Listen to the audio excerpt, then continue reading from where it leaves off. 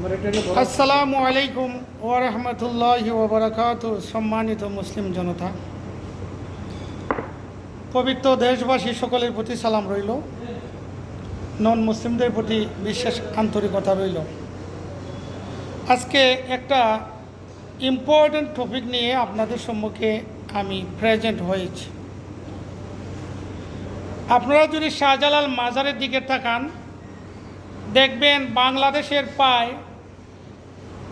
16 কোটি মানুষের মধ্যে জ্ঞানী লোক, আবাল সাবাল, বালেগ না বালেগ, সৎ অসৎ, প্রায় 12 লক্ষ মানুষই শাহজালাল মাজারের দিকে তাদের নজর রয়েছে। অলি আল্লাহ ভক্ত মানুষেরা দেগের ভিতরে দেয় নজরানা, আর তাদের রয়েছে নজর। তো নজরানা প্লাস নজর দুইটা যদি মিশে যায় তাহলে এখানে একমতের গরমিল। একমতের গরমিল দুইটা, একটা হলো আহলে সুন্নত, একটা হলো আহলে বেদাত। শাহজালাল মাজারের খাদিমরা প্রতি মাসে মান্থলি কত টাকা আদায় করছে, এর হিসাব যদি সরকারের জনগণের সম্মুখে এত সুন্দরভাবে দিতে পারে, যেমন মিস্টার সরওয়ার আলম বিদায়ের পূর্বকালীন তিনি একটা হিসাব দেওয়া গিয়েছিলেন যে 17,65,000 টাকা, আরও কিছু টাকা আছে হাজারের উপরে। আর বর্তমানে দ্বিতীয় ডেক থেকে টাকা গণনায় পাওয়া গেছে 47,10,153 টাকা। সরকার যদি শাহজালাল মাজারের ডেগের এত সুন্দর স্বচ্ছ ক্লিয়ার হিসাব দিতে পারে, তাহলে সরকারের আয় ব্যয়ের হিসাবকে বাজেট বলা হয়। বাজেট যদি আমরা স্পেলিং করি BUDGET, বাজেট দ্যাট মিনস হইল সরকারের আয় ব্যয়ের হিসাব। বিএনপি সরকার বর্তমানে এই 5 মাসে কত টাকা ইনকাম করেছে, কত টাকা আয় করেছে, কত টাকা কোন খাতে ব্যয় করছে, এর সুস্বচ্ছ হিসাব দিতে হবে। যদি বিএনপি সরকার শাহজালাল দেগের টাকার হিসাব স্বচ্ছ দিতে পারে দেশ এবং জাতির কাছে, বিএনপি সরকারও এই সমগ্র বাংলাদেশের সমগ্র জনগণের টাকার বাজেট সঠিকভাবে ওইভাবে একই পদ্ধতিতে হিসাব দিতে হবে। আমাদের দেশে যদি ছাগলের বিচারে হয় তাকে জেলে দেওয়া হয়, এটাকে বলা হয় কুয়ার। আর ব্যক্তি দুষ করে যদি মার্ডার করে তাকে যদি জেলও না দেওয়া হয়, সেটা জামাই আদর করে ছেড়ে দেওয়া হয়, এটাকে বলা হয় পলিটিক্যাল ইন্টারেস্ট। পলিটিক্যাল ইন্টারেস্ট যারা অ্যাপ্লাই করে, পলিটিক্যাল ইন্টারেস্ট যারা বুক করে, পলিটিক্যাল ইন্টারেস্ট যারা ব্যবস্থা করে দেয়, এরা কিন্তু সবাই দেশ এবং জাতির শত্রু। They are the enemies properly all for the nation and the country. We have to know the matter.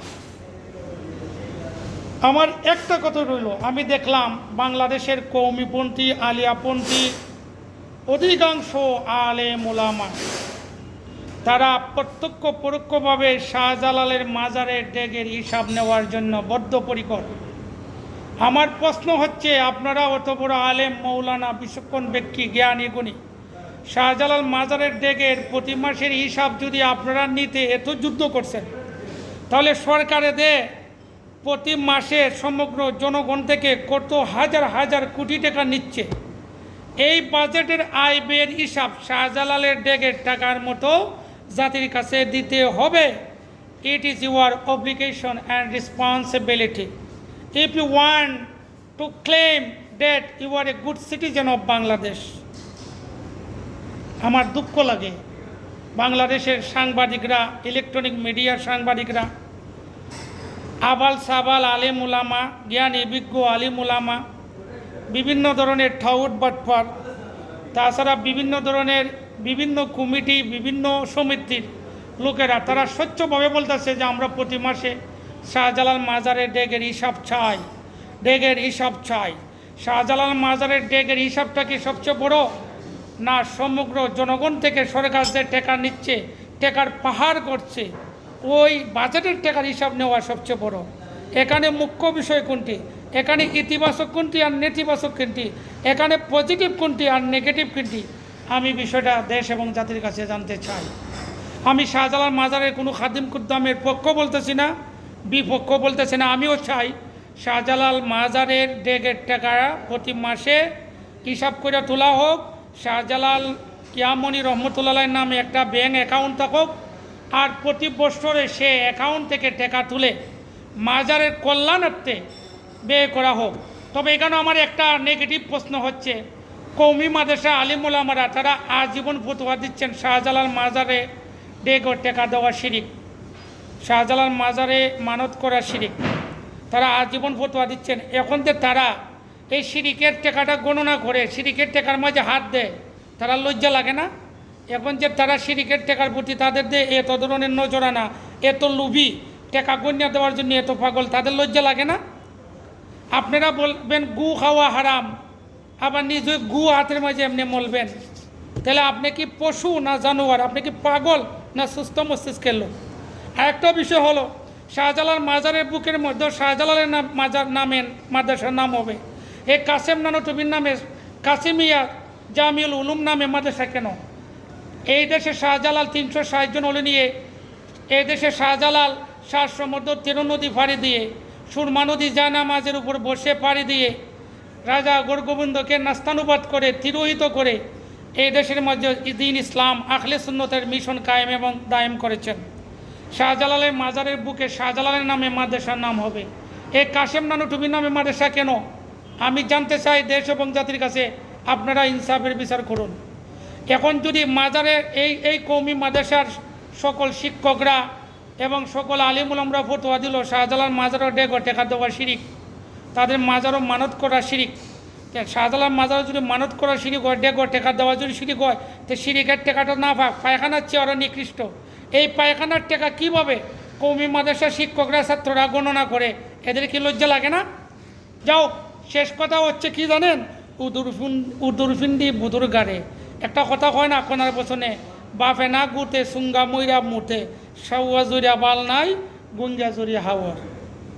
আর কি বলবো, ভাষা হারিয়ে ফেলছে। যাও, আপনি যদি ইমানে যদি ত্রুটি থাকে, আপনার সব আমল বিফলে যাবে, আপনি কাফির হয়ে জাহান্নামে যাবেন। প্রমাণ সূরা মায়েদার 5 নম্বর আয়াত আল্লাহ বলেন, ওমা ইয়াকফুর বিল ইমান ফাকাদ হাবিতা আমালুহু ওয়া হুয়া ফিল আখিরাতি মিনাল খাসিরিন। যার ইমান আকীদায় ত্রুটি থাকবে, তার সব আমল বিফলে যাবে, পরকালে সে ক্ষতিগ্রস্তদের অন্তর্ভুক্ত হবে। আপনি জানেন, আপনার ভিতরে যদি নেফাক থাকে, মুনাফিকি থাকে, ইনসাফ না থাকে, আপনি সারা জীবন ইবাদত বন্দেগী করলে আব্দুল্লাহ ইবনে উবাইয়ের মতো আপনি মুনাফিকের সর্দার হবেন, জাহান্নামে হবেন। মুসলিম শরীফের 59 নম্বর হাদিস, হাদিস নম্বর 59, হযরত আলা ইবনু আব্দুর রহমান হইতে বর্ণিত, আল্লাহ নবী বলছেন, আয়াতুল মুনাফিকি সালাসুন ওয়া ইনসামা ওয়া সাল্লা ওয়া জামা আন্নাহু মুসলিম। মুনাফিকের আলামত 3টি, যদি সে রোজা রাখে, নামাজ পড়ে এবং দাওনা করে আমি একজন খাঁটি মুসলমান, তবু সে মুনাফিক। অতএব মুনাফিকি ছেড়ে এবং বেইনসাফি কার্যকলাপ ছেড়ে, হিংসাত্মক রাজনীতিক ছেড়ে সুন্দর এবং সুস্থ ব্যবস্থাপনায় শাহজালালের মাজারের ডেকের টাকা গণনা করা হোক এবং শাহজালাল রহমতুল্লাহের নামে আলাদা ব্যাংকে একটা স্বতন্ত্র অ্যাকাউন্ট খুলে রাখা হোক এবং সেই ব্যাংকের মধ্যে টাকা রাখে প্রতি বছর সমুদয় টাকা তুলে শাহজালাল মাজারের বুকে শাহজালালের পক্ষে শাহজালাল জামিয়া ইসলামিয়া সুন্নিয়া আলিয়া মাদ্রাসা নামে একটা মাদ্রাসা করা হোক এবং শাহজালালের বুক থেকে কওমি মাদ্রাসাকে উচ্ছেদ করা হোক। কেননা শাহজালালের নামে শাহজালালের মাদ্রাসা নয়, শাহজালালের নামে শাহজালালের মসজিদ থাকবে, কিন্তু শাহজালালের মতাদর্শ বিরোধী কওমি মাদ্রাসা কেন থাকতে পারবে না? কওমি মাদ্রাসা তুলে দেওয়া হোক এবং শাহজালালের ডেকের টাকাকে একত্রিত করে 2 বছর 3 বছর অন্তর টাকা তুলে শাহজালাল মুজাররদে ইয়ামনি রহমতুল্লাহ নামে শাহজালাল জামিয়া ইসলামিয়া সুন্নিয়া আলিয়া নামে একটি কামেল মাদ্রাসা করা হোক। এটা আমি দেশ এবং জাতির কাছে আমি অনুরোধ জানাচ্ছি। আপনারা সম্মিলিতভাবে মাজারের দিকে নজর রাখেন এবং সঠিক সুন্দর ব্যবস্থাপনায় ডেকের টাকা দিয়ে শাহজালালের বুকে শাহজালাল জামিয়া ইসলামিয়া সুন্নিয়া আলিয়া কামিল একটা মাদ্রাসা গঠন করা হোক। It is my timing claim, it is my motivational speech.